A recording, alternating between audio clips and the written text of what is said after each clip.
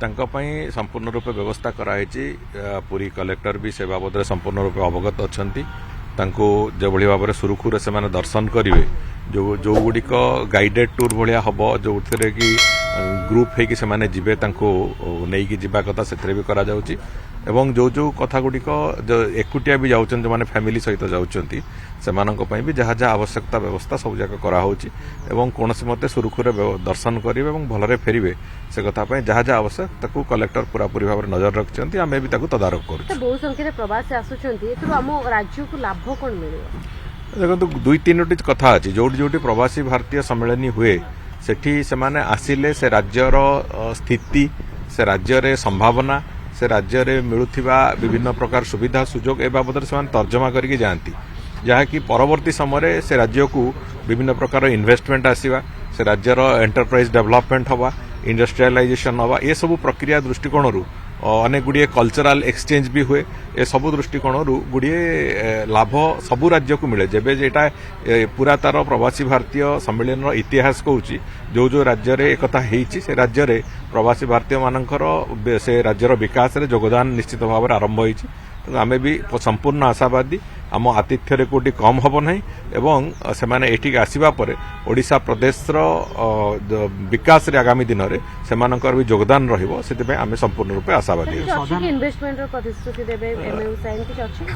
से माने ए जो कार्यक्रम भितरे गुड़िए इंटराक्शन अच्छी ओडिशार जो संभावना अच्छी ओडिशा रे भविष्य रे कौन हो पार एवं ओडिशार जो पर्यटन दृष्टिकोण जो जो गुड़िक संभावना गुड़िक अच्छी ये सब बाबद रे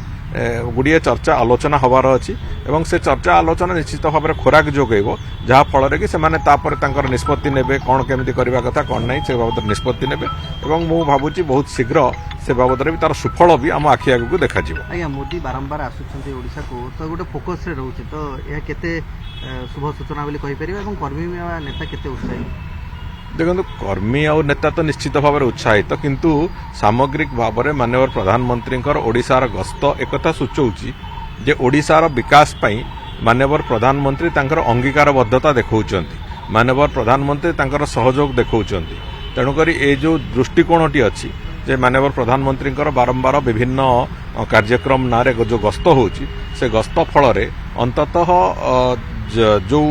ओडिशार जो विकास जो परियोजना आम तैयारी करुचु ताकू संपूर्ण सहायता मिलिबो ए विश्वास आमर समस्तंकर अछि एवं ओडिशा को हाथ धरिकी चलैबा भलिया जो हैंड होल्डिंग करा जाए हैंड होल्डिंग कला भलिया माननीय प्रधानमंत्री ओडिशा को विकास रास्ता रे जो विकास को 24 वर्ष धरिकी बाबू माने भूली जाइथिले से विकास को ठीक ट्रैक रे चलैबा पई ठीक रास्ता रे चलैबा पई एवं गोटे जय यात्रा रास्ता रे चलैबा पई ताकू माननीय प्रधानमंत्री हाथ धरिकी सरकार को राज्य सरकार को चलैबे ये भलिया एक स्थिति हेची एवं सेतरे जहां सहयोग दरकार केंद्र सरकार भी करिवे। अभिनव इवेंट यहाँ पे उड़ीसा को का सौभाग्य यहाँ पे मिला हुआ है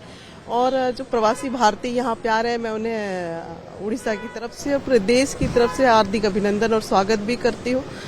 जिनकी वजह से पूरे विश्व में सांस्कृतिक छटा भारत का है वो बिखरा हुआ है और एक जो सांस्कृतिक विरासत है उसको पूरे विश्व में उन्होंने सजोए रखा है। तो सारे प्रवासी भारतीयों को मेरी ढेर सारी बधाइयाँ और शुभकामनाएं।